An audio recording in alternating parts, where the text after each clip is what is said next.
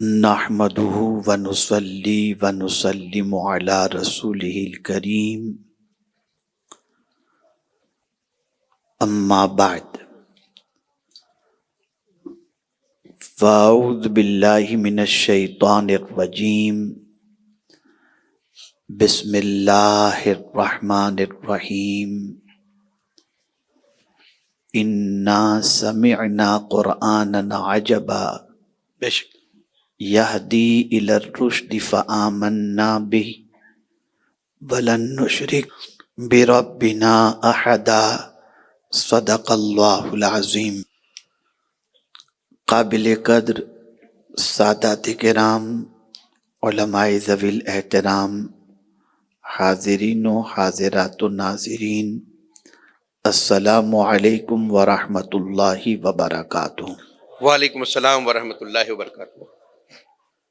میرے پیارے آقا صلی اللہ تعالی علیہ وسلم کے پیارے دیوانوں، جس آیہ کریمہ کی تلاوت کا میں نے شرف حاصل کیا، اس سے متعلق کچھ معروضات پیش کرنے سے پیشتر آقا کریم رؤوف الرحیم علیہ التحیۃ والتسلیم کی بارگاہ میں جس طریقے سے میں پڑھا ہوں، عقیدت و محبت میں ڈوب کر اسی طریقے سے درود و سلام کا نذرانہ پیش کریں۔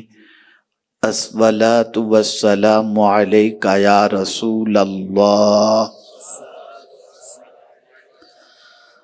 الصلاۃ والسلام علیک یا حبیب اللہ، الصلاۃ والسلام علیک یا نبی اللہ،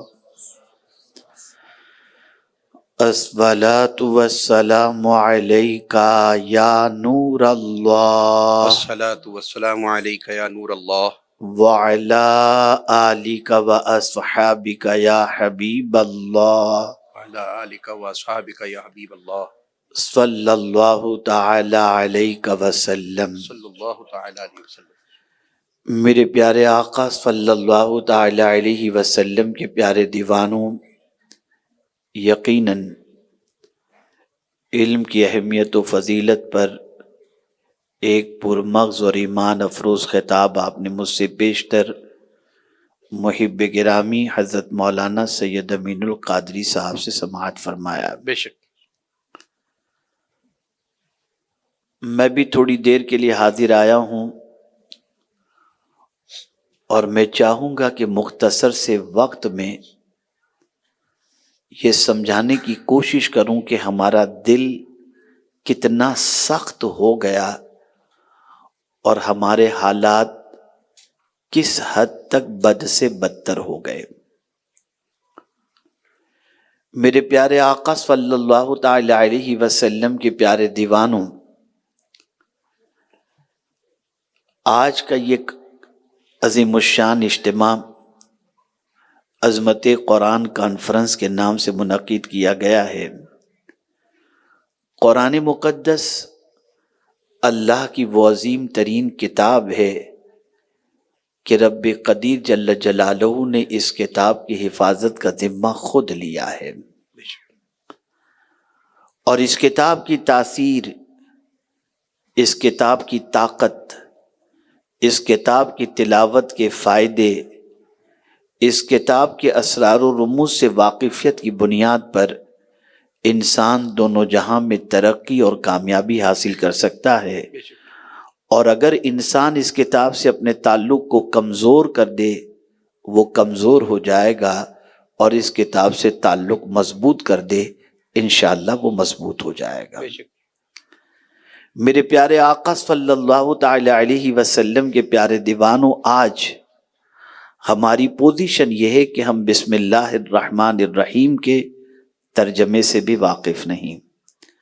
نتیجتاً پورے کے پورا قرآن ایک بار نہیں، ماہ رمضان میں 3 بار 7 بار ختم کرنے کے باوجود ماہ رمضان کے گزرنے کے بعد ہماری زندگی پر قرآن کا کوئی اثر نظر نہیں آتا۔ قرآن اللہ کی وہ عظیم ترین کتاب ہے کہ اس کے اثرات کس طریقے سے لوگوں کی زندگی پر مرتب ہوئے، اسے آج میں مختصر سے وقت میں سمجھانے کی کوشش کروں گا۔ زیادہ وقت بھی نہیں لوں گا، لیکن صرف اتنی کوشش کروں گا کہ آپ کو یہ بتا سکوں کہ ہمارا دل کتنا سخت ہے اور ہماری زندگی میں قرآن کا اثر قطعی طور پر دکھائی نہیں دیتا۔ پورا قرآن پڑھا جائے، قرآن کی مختلف آیتیں پڑھی جائیں، لیکن اس کے اثرات سے ہمارا دل بالکل خالی نظر آتا ہے۔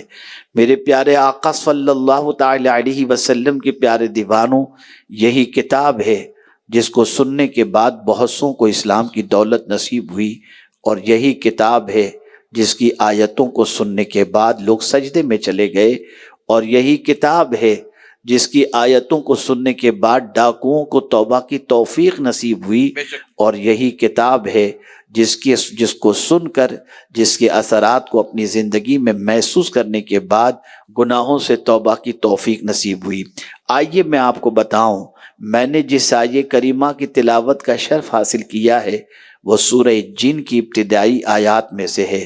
میرے آقا صلی اللہ تعالی علیہ وسلم نماز فجر کے اندر، نصیبین کے اندر جو ایک علاقہ ہے، وہاں رسول اعظم صلی اللہ علیہ وسلم نماز پڑھ رہے تھے، اور حالت نماز میں آقا کریم صلی اللہ تعالی علیہ وسلم نے قرآن مقدس کی جب تلاوت کی تو چند جنوں نے، جس کی تعداد کے بارے میں بتایا گیا کہ کم و بیش 9 تھے، ان جنوں نے جب اللہ عز و جل کی کتاب مصطفیٰ جان رحمت صلی اللہ علیہ وسلم کی زبان فیض ترجمان سے سنی، تو ان آیات کو سننے کے بعد ان کے اوپر وہ اثر ہوا کہ وہ باقاعدہ رسول اعظم صلی اللہ علیہ وسلم سے قرآن سن کر ایمان کی دولت سے مالا مال ہو گئے، اور صرف مالا مال ہی نہیں ہوئے بلکہ اپنی قوم میں جانے کے بعد انہوں نے کہا کہ ہم نے ایک عجیب قرآن سنا۔ اللہ اکبر، انا سمعنا قرآنا عجبا، اللہ اکبر، ہم نے سنا ہے، بے شک ہم نے سنا قرآن کو جو بڑا عجیب کلام ہے، بڑا طاقتور کلام ہے، یہدی الی الرشد، بھلائی کی طرف اور سیدھے راستے کی طرف یہ ہدایت دیتا ہے۔ اللہ اکبر، فآمنا بہ، قرآن سن کر ہم فوراً ایمان لے آئے، اور آج کے بعد ہم کسی کو اللہ عز و جل کا شریک نہیں ٹھہرائیں گے۔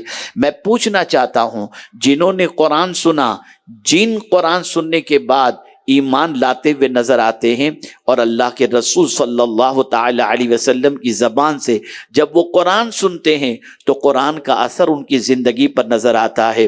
میرے پیارے آقا صلی اللہ تعالی علیہ وسلم کے پیارے دیوانوں، جس قوم کا مزاج یہ ہو جائے کہ گانوں کے اثرات تو قبول کر لے، غزلوں کے اثرات تو قبول کر لے، گالیوں کے اثرات تو قبول کر لے، لیکن قرآن کا اثر اگر وہ قبول کرنے کے لیے تیار نہیں ہے، اس سے یہ بات محسوس ہوتی ہے کہ اس کا دل اتنا سخت ہو چکا ہے کہ اب اللہ کے کلام کے اثرات کو قبول کرنے کی وہ صلاحیت نہیں رکھتا۔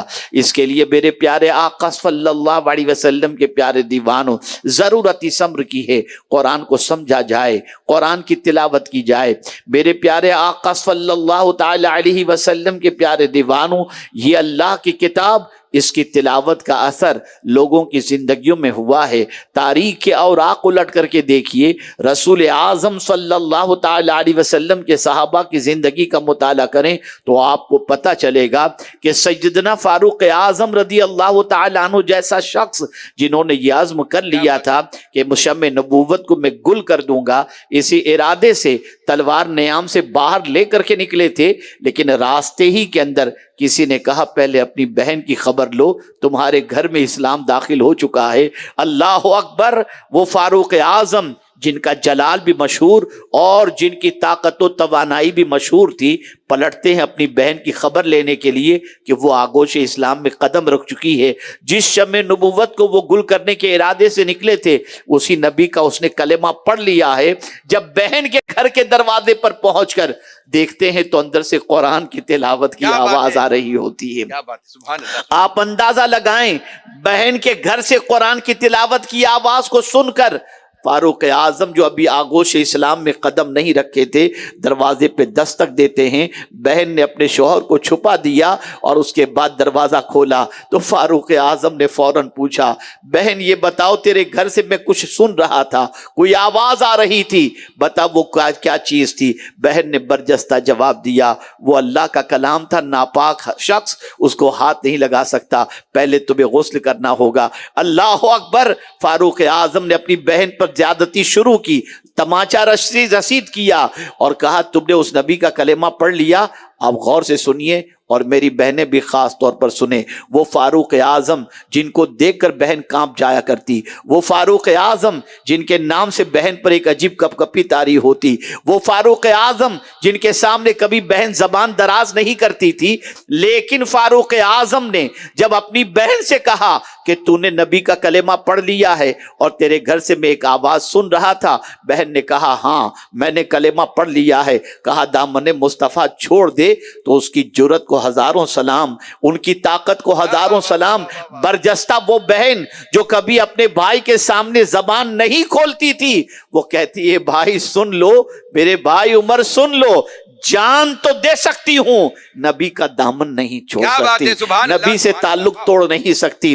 جب فاروق اعظم نے یہ سنا تو ان کو محسوس ہوا ایک صنف نازک کو رسول کی محبت نے اتنا طاقتور بنا دیا کہ جو بہن کبھی عمر کے سامنے زبان نہیں کھولتی تھی, آج جرأت و شجاعت کے ساتھ عمر سے اس طریقے سے بات کر رہی ہے. اچھا بہن چلو ٹھیک ہے, مجھے بتاؤ کیا چیز پڑھ رہے تھے. اس کے بعد بہنوئی کو نکالا گیا اور پھر بہنوئی سامنے آئے, ان کے سامنے قرآن مقدس کی آیتیں رکھی گئیں. جیسے ہی فاروق اعظم نے قرآن مقدس کی ان آیتوں کو دیکھا اور سنا تو دیکھنے اور سننے کے بعد ان کے دل میں اسلام کی شمع روشن ہونی شروع ہو گئی. میں پوچھنا چاہتا ہوں اے رسول اعظم صلی اللہ علیہ وسلم کے دیوانوں, اپنے دل پر ہاتھ رکھ کر کے ذرا بولو کہ کافر سنتا ہے قرآن تو اس کے دل پر بھی اثر کرتا ہے. ہمارا دل کتنا سخت ہو گیا کہ اللہ کی کتاب کا کوئی اثر ہم قبول کرنے کے لیے تیار نہیں. ہمیں علماء تقریر کر کے, ہمیں مشائخ تقریر کر کے, ہمیں جو ہے قرآن کے ترجمے بتا کر, ہمیں قرآن کی تفسیر بتا کر اللہ کا پیغام سنایا جاتا ہے, لیکن ہمارا دل پگھلنے کو تیار نہیں, ہمارا دل جو ہے وہ سنورنے کے لیے تیار نہیں. اس سے یہ بات سمجھ میں آتی ہے کہ دل گناہ آلود ہو چکا ہے, زنگ آلود ہو چکا ہے, پتھر سے بھی سخت دل ہمارا ہو چکا ہے. میرے پیارے آقا صلی اللہ تعالی علیہ وسلم کے پیارے دیوانوں, آپ جانتے ہیں نجاشی بادشاہ کے دربار کے اندر جب حضرت جعفر طیار رضی اللہ تعالیٰ عنہ پہنچے تھے, آپ جانتے ہیں یہ حبشہ جو ہے نجاشی بادشاہ جو حبشہ کا تھا, اللہ اکبر, رسول گرامی وقار صلی اللہ تعالیٰ علیہ وسلم کے صحابہ وہاں پہنچے اور اس کے بعد کفار جا کر انہیں ورغلانے لگے اور بادشاہ سے نجاشی بادشاہ سے انہوں نے کہا کہ یہ تمہارے لیے خطرہ ثابت ہو سکتے ہیں, یہ ہمارے یہاں سے بھاگے ہوئے ہیں, تم ان کو پناہ مت دو. اس وقت حضرت جعفر طیار رضی اللہ تعالیٰ عنہ سے جو اس وقت مسلمانوں کے وفد کے ذمہ دار تھے, اللہ اکبر, بادشاہ حبشہ نے کہا تھا, نجاشی نے کہا تھا اے جعفر طیار ذرا بتاؤ کیا تمہارے پاس جو کتاب موجود ہے اس کتاب کے اندر کہیں حضرت مریم کا ذکر موجود ہے؟ اتنا سننا تھا. اللہ اکبر, حضرت جعفر طیار نے اسی موقع پر سورہ مریم کی تلاوت شروع کر دی اور بتایا ایک آیت نہیں بلکہ ایک پوری سورت حضرت مریم کے نام سے موجود ہے. جب سورہ مریم کی تلاوت حضرت جعفر طیار نے شروع کی, اس کے دل میں اسلام کی شمع روشن ہوئی اور بتایا گیا کہ اس کی آنکھوں سے آنسو جاری ہو گئے. وہ قرآن سن کر کے رونے لگا. عیسائی تھا, ابھی اسلام قبول نہیں کیا, لیکن قرآن سنا تو اس کی آنکھوں سے آنسو جاری ہو گئے. میرے پیارے آقا صلی اللہ علیہ وسلم کے پیارے دیوانوں, اسی طریقے سے بعد میں 70 لوگ سرکار صلی اللہ علیہ وسلم سے ملنے کے لیے آئے. جب وہ پہنچے تو مصطفیٰ جان رحمت قرآن کی تلاوت کر رہے تھے. سرکار سے تلاوت سننے کے بعد ان کی آنکھوں میں آنسو آ گئے اور اس کے بعد آپ کو یہ جان کر خوشی ہوگی اور یہ جان کر آپ کو تعجب بھی ہوگا کہ نجاشی بادشاہ حضور کے ہاتھوں پر اسلام لانے کی غرض سے نکل بھی پڑا اور اسلام قبول بھی کر چکا, سرکار کی ملاقات کے لیے نکلا اور راستے ہی میں اس کا انتقال ہو گیا۔ جب حضور کو اطلاع ملی تو میرے آقا صلی اللہ علیہ وسلم نے غائبانہ نماز جنازہ پڑھا کر نجاشی کی عظمت کو دنیا والوں کے سامنے پیش فرما دیا۔ کیا بات ہے، سبحان اللہ سبحان اللہ۔ قرآن بہت عظیم کتاب ہے، اس کے اثرات کو قبول کرو، اور اثر کیسے ہوگا اس کو میں تھوڑا سا سمجھا دوں۔ اللہ کی کتاب کا اثر کیسے ہوگا؟ اس وقت ہوگا جب آپ کے دل میں اللہ کی عظمت موجود ہوگی، اللہ عز و جل کی کبریائی کا تصور آپ کے دل و دماغ میں ہوگا۔ آپ کو یہ محسوس ہوگا کہ میں کس کا کلام سننے جا رہا ہوں، جس کلام کی عظمتوں کا عالم یہ ہے کہ رب فرماتا ہے لو انزلنا هذا القرآن على جبل لرأيته خاشعا متصدعا من خشیت اللہ، اگر اس قرآن کو میں پہاڑ پر نازل کرتا تو پہاڑ خشیت ربانی کی وجہ سے ریزہ ریزہ ہو جاتا۔ یہ اتنی عظمت والی کتاب ہے، یہ کتاب اٹھانے کے لیے آئی، یہ کتاب بلندی پر لے جانے کے لیے آئی، یہ کتاب عروج کی طرف لے جانے کے لیے آئی۔ خود رسول اعظم صلی اللہ علیہ وسلم نے فرمایا یہ کتاب جس کو تھامنے کے بعد انسان عروج حاصل کرے گا، یا ایک قوم عروج حاصل کرے گی اس کو تھامنے کے بعد، اور اس کو چھوڑنے کی وجہ سے ایک قوم زوال پذیر ہو جائے گی۔ آج اتنے بڑے مجمع کے اندر میں اگر پوچھوں کتنوں کو قرآن پڑھنے آتا ہے، نہیں بتا سکیں گے۔ کتنے تعجب کی بات ہے۔ اور پھر ایسے مست ہیں اپنی زندگی میں جیسے کوئی قرآن کی اہمیت ان کی زندگی میں ہے ہی نہیں، بس نہیں آتا کوئی بات نہیں، انگلش آنی چاہیے، کمپیوٹر چلانے آنا چاہیے، یہ سب چیزیں آنی چاہیے، قرآن آئے یا نہ آئے اس کی ہمیں کوئی فکر نہیں۔ صحیح بات ہے۔ کتنے تعجب کی بات ہے، اللہ کی کتاب سے ہمارا تعلق کتنا کمزور ہو گیا۔ آئیے صرف میں ایک یا دو واقعات آپ کی سماعتوں کے حوالے کر کے میں اپنی گفتگو کو سمیٹنے کی کوشش کروں گا، اور میں چاہوں گا کہ دیکھیے قرآن نے کس طریقے سے لوگوں کی زندگی میں انقلاب پیدا کیا۔ اب دیکھیے ایک نوجوان بڑا خوبصورت بغداد کی سرزمین پر، بڑا حسین و جمیل، بڑا عبادت گزار، وہ عبادت گزار نوجوان اپنا وقت مسجد میں گزارا کرتا اور عبادت و ریاض میں خود کفیل تھا۔ اللہ نے بہت نوازا تھا، اس لیے کوئی کام نہ کرتے ہوئے اپنی جوانی کو اللہ کی عبادت میں مسجد میں وہ خرچ کیا کرتا۔ اس کے تقوی اور طہارت کی بڑی شہرت تھی، دنیا اس کے حسن و جمال کو بھی جانتی تھی اور اس کے تقوی و طہارت کو بھی جانتی تھی۔ ایک مرتبہ اتفاق سے ایسا ہوا وہ اپنے گھر سے نکلا مسجد میں نماز کے لیے۔ جب مسجد کی طرف بڑھ رہا تھا، ایک بڑی حسینہ اور جمیلہ خوبصورت خاتون، اس کی نظر اس نوجوان پر پڑی، پڑتے ہی اس کے دل کے اندر ایک عجیب کیفیت پیدا ہوئی، اس نوجوان کی محبت کا چراغ اس کے سینے میں جل گیا۔ اب وہ چین سے جی نہیں پا رہی تھی۔ نماز پڑھ کر کے نوجوان نکلا تو وہ راستے میں کھڑی ہو گئی اور کہا نوجوان میں تجھ سے کچھ بات کرنا چاہتی ہوں۔ نوجوان نے کہا یہ تہمت کی جگہ ہے، کوئی مجھے دیکھے گا تو پتہ نہیں میرے بارے میں کیا بدگمانی کرے، میں یہاں بات نہیں کر سکتا۔ نوجوان سے کہتی میری کچھ تو بات سن لے۔ نوجوان نے کہا نہیں میں کچھ نہیں سن سکتا۔ نوجوان چلا گیا، اور اس کے بعد پھر ایک بار نماز کے لیے جب نکلا، وہی خاتون کھڑی تھی اور کہتی ایک بار میری بات سن لے، میں اپنے دل سے مجبور ہوں، جب سے تجھے دیکھی ہوں تیری محبت کا چراغ میرے سینے میں روشن ہو گیا ہے اور میرا پورا وجود تیری محبت کے اندر تڑپ رہا ہے، خدا کے لیے میری بات تو سن لے۔ اللہ اکبر۔ اس نے ایک نہ سنی، وہ چلتا رہا اور بات اس کے بعد ختم ہو گئی۔ پھر نماز پڑھ کر کے جب واپس گھر کی طرف لوٹا، وہ خاتون پھر اس کا پیچھا کرتے ہوئے پہنچی، وہ جلدی سے گھر کے اندر گھس گیا۔ توجہ چاہوں گا میری بہنیں بھی سنیں اور آپ حضرات بھی سنیں۔ وہ اپنے گھر کے اندر داخل ہو گیا، اور داخل ہونے کے بعد اس نے ایک پرچہ لکھا، کچھ باتیں اس میں لکھی۔ اب سنیے کیا باتیں اس نے لکھی۔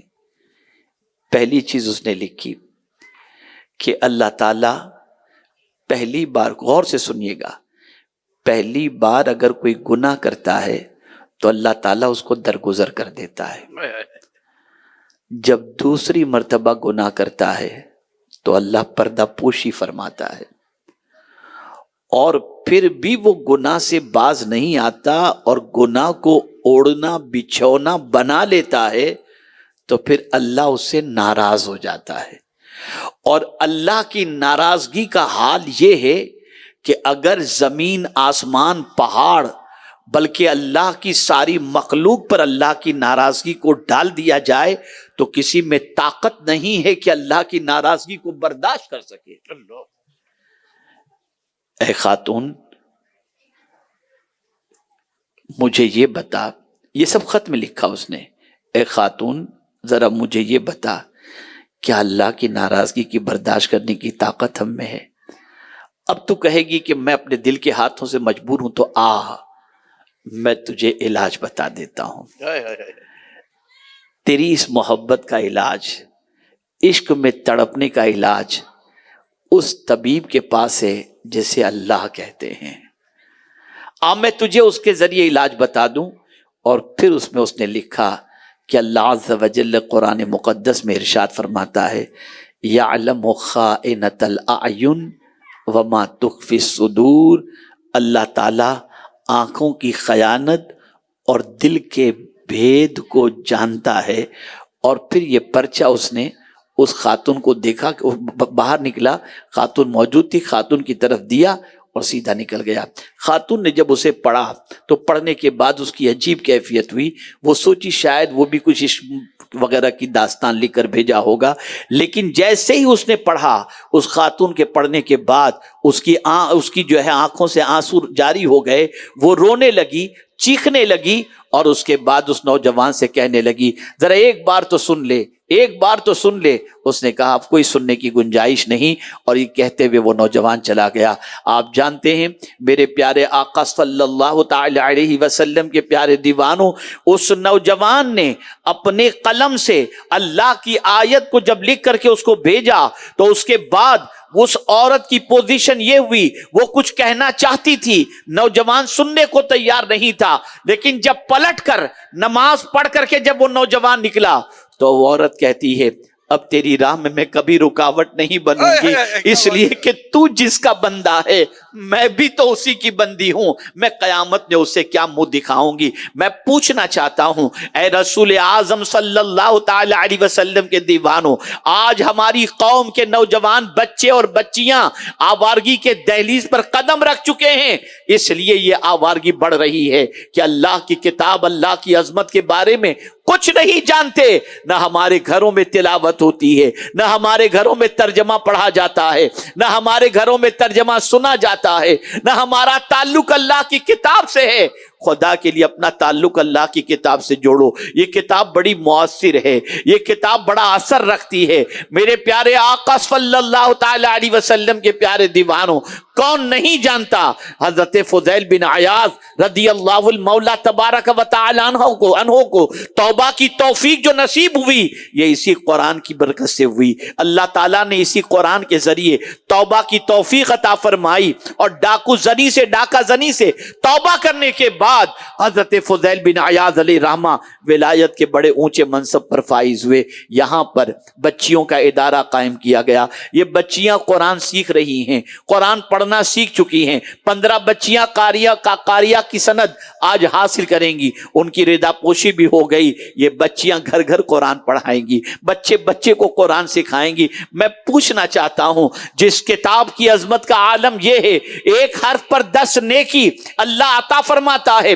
سمجھ کے پڑھو تو، نہ سمجھ کے پڑھو تو۔ اگر کوئی کہے نہ سمجھ کے پڑھنے سے کوئی نیکی نہیں، تو میں عرض کروں گا ذرا مجھے بتاؤ، کیا اللہ کے رسول صلی اللہ علیہ وسلم کا یہ ارشاد اپنی جگہ حق نہیں ہے؟ الف لام میم لیس بحرف بل الف حرف و لام حرف و میم حرف۔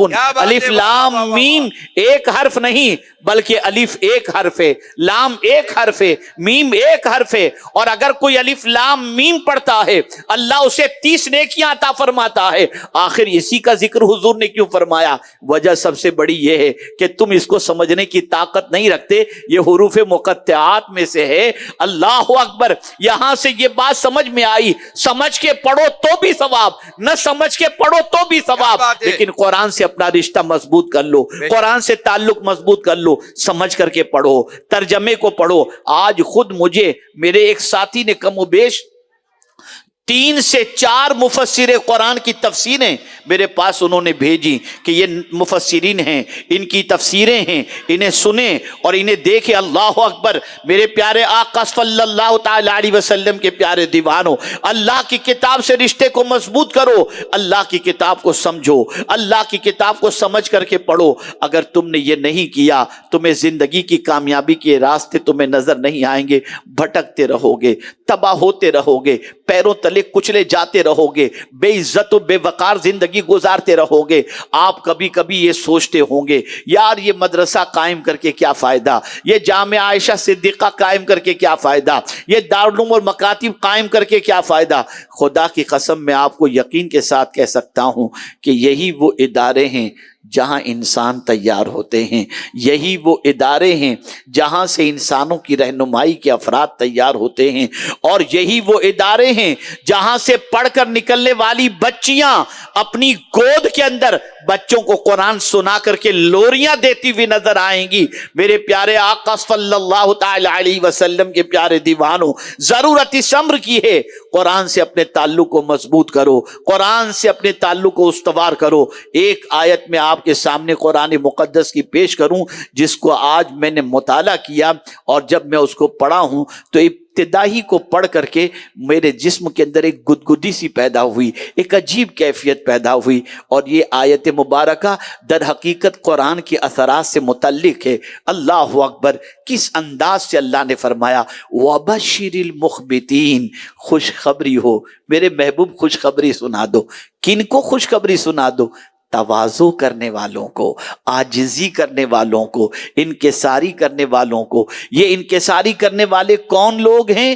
الذین اذا ذکر اللہ وجلت قلوبہم, کہ جب ان کے سامنے اللہ کی کتاب پڑھی جاتی ہے تو ان کا دل کانپنے لگتا ہے, ان کا دل لرزنے لگتا ہے. میں آپ سے ایک سوال پوچھتا ہوں, آپ کا مکان ہے, اگر نوٹس آ گئی یہ مکانی لیگل ہے, کل توڑیں گے, تو دل کانپنے لگے گا, دل ہلنے لگے گا, کیفیت دو چار ہو جائے گی, رات کی نیند اڑ جائے گی, دن کا چین ختم ہو جائے گا. انکم ٹیکس سے نوٹس آ گئی تو رات کی نیند جیسے ہی پڑھا کھانا چھوڑ گیا. بیوی پوچھے کہ کیا ٹینشن ہو گیا, آپ بھی تو اچھے موڈ میں تھے لیکن ابھی آپ کی طبیعت کیسی کیسے ہو گئی؟ تجھے نہیں معلوم انکم ٹیکس کا نوٹس آ گیا ہے, تجھے نہیں معلوم بلدیہ کی طرف سے بلڈنگ توڑنے کی بات آ گئی ہے. میں پوچھنا چاہتا ہوں, انکم ٹیکس آفیسر کے خط کو پڑھنے کے بعد تمہارے قلب پر یہ کیفیت پیدا ہوتی ہے, اور اسی طرح سے نوٹس بلدیہ کی طرف سے آ جائے تو تم لرزنے لگتے ہو. کبھی خدا کا فرمان سن کر بھی تمہارے اندر کپ کپی طاری ہوئی ہے؟ کبھی خدا کا فرمان سن کر کے بھی لرزہ طاری ہوا ہے؟ اس لیے کہ سن لو, یہاں تم کو جو بھی پریشان کرنے والے ہیں ہو سکتا ہے دے دلا کر تم اپنے سارے کام نپٹا سکو, لیکن خدا کی بارگاہ کے اندر کس طریقے سے کرو گے, وہاں کچھ نہیں چلے گا. اس لیے اے رسول اعظم صلی اللہ علیہ وسلم کے دیوانوں, قرآن کے اثرات کو اپنی زندگی میں قبول کرو اور قرآن مقدس سے اپنے تعلق کو مضبوط کرو. یہ وہ کتاب ہے کہ جو اس کتاب کے پڑھنے کا عادی بن جائے, جو اس کتاب کو سمجھنے کا عادی بن جائے, اور تھوڑا سا آگے بڑھ کر جو اس کتاب پر عمل کرنے کا عادی بن جائے, وہ کہیں بھی رہے اللہ تعالیٰ اس پر رحم و کرم کی بارشیں نازل فرماتا ہے. تو میرے پیارے آقا صلی اللہ تعالی علیہ وسلم کے پیارے دیوانوں, میرا پیغام یہی ہے, قرآن پڑھو, قرآن سمجھو اور قرآن پر عمل کرو. اور اسی قرآن کی تبلیغ کے لیے اور اسی قرآن و حدیث کو سکھانے کے لیے جامعہ عائشہ صدیقہ قائم کیا گیا ہے. ہمارے ہر دل عزیز مولانا عمران نجمی صاحب جو ہمارے ادارے کے فاضل ہیں, ماشاءاللہ 3 سال میں انہوں نے یہاں پر وہ ماحول بنا دیا کیا بات ہے، جس کی سبحان بنیاد پر آج 15 بچیاں قاریہ کورس کر کے آپ کے سامنے صحیح معنوں میں قرآن پڑھ کر اس کے فیض سے مالا مال کرنے کی صلاحیت رکھتی ہیں۔ اللہ تعالیٰ اس ادارے کو دین دنی رات چوگنی ترقی عطا فرمائے، اور جن لوگوں نے اس ادارے کی زمین کے خریدنے کے اندر مالی تعاون کیا ہے وہ اس بات پر یقین رکھیں بے شک، کہ اللہ اس کا 10 گنا دنیا میں ضرور عطا بے شک، بے فرمائے شک، گا۔ حق ہے، بالکل۔ اور اسی کے ساتھ ساتھ جب تک بچیاں وہاں پر قرآن سیکھتی رہیں گی، پڑھتی رہیں گی اور قرآن پر عمل کرتی رہیں گی، قرآن کو سکھاتی رہیں گی، انشاءاللہ اس کا ثواب آپ کو قیامت تک ملتا رہے گا۔ اے رسول اعظم صلی اللہ تعالی علیہ وسلم کے دیوانوں، میں آپ کو فرق بتا دوں ادارے اور مسجد کے اندر، تھوڑا سا فرق بتا دوں۔ مسجد آپ نے بنائی، جب کوئی وہاں نماز پڑھے گا تب آپ کو ثواب ملے گا۔ توجہ چاہوں گا، ہاں، مسجد میں نماز پڑھنے کے لیے آپ کو جانا پڑے گا یا لوگوں کو جانا پڑے گا۔ جب سجدے ہوں گے تو آپ کو ثواب ملے گا۔ بے شک، مسجد کا نمازی مسجد سے نماز پڑھ کر کے باہر نکلا نا تو پھر اس کے کوئی عمل کا ثواب آپ کو نہیں ملے گا۔ لیکن قربان جائیے، مدرسے میں ایک بچہ قرآن سیکھا، یہ سیکھ کر جہاں گیا، کیا بات ہے، جہاں سکھایا، جتنوں کو سکھایا، جتنے سیکھے، اس سب کا ثواب آپ کو اللہ عطا فرمائے گا۔ بے شک، بے شک، اس لیے مسجد تو قائم کرنا ہی چاہیے، لیکن اداروں کا فائدہ اپنی جگہ پر ہے۔ آج اگر یہ ادارے نہ ہوں تو نہ ہمیں حافظ مل سکتے ہیں، نہ عالم مل سکتے ہیں، بلکہ میں تو کہتا ہوں کہ آج کے دور کے اندر ان علماء کا احسان ہے جن کی بنیاد پر آج ہماری نسلوں کے اندر اسلام کسی حد تک اور معاشرے کے اندر کسی حد تک اسلام نظر آ رہا ہے۔ اگر یہ بہت جو ہے قناعت کے ساتھ رہتے ہوئے علم کی خدمت نہ کریں تو اسلام ہم تک پہنچ بھی نہیں سکتا، نہ لوگوں تک پہنچ سکتا ہے۔ اے رسول اعظم صلی اللہ علیہ وسلم کے دیوانوں، ادارے کا تعاون کریں، ادارے کی جو ہے ادارے کو سپورٹ کریں اور اپنی بچیوں کو بھی بھیجیں، اس لیے کہ میں اکثر کہا کرتا ہوں باپ اگر دیندار ہو تو دین گھر کے دروازے تک پہنچتا ہے، اور اگر ماں دیندار ہو تو دین نسلوں تک پہنچا کرتا ہے۔ اس لیے اپنی بچیوں کو اور خواتین کو دین کی تعلیم سے آراستہ کریں۔ اللہ رب العزت جل جلالہ آقا کریم رؤوف الرحیم علیہ التحیۃ والتسلیم کے صدقہ و طفیل ہم سب کو دین کے کام میں بڑھ چڑھ کر کے حصہ لینے کی توفیق عطا فرمائے، اور رب قدیر جل جلالہ تعلیم قرآن، خدمت قرآن، علم قرآن، عمل قرآن، اس کی اللہ عز و جل ہم سب کو توفیق نصیب فرمائے۔ وما علینا الا البلاغ المبین۔ السلام علیکم ورحمۃ اللہ تعالی وبرکاتہ۔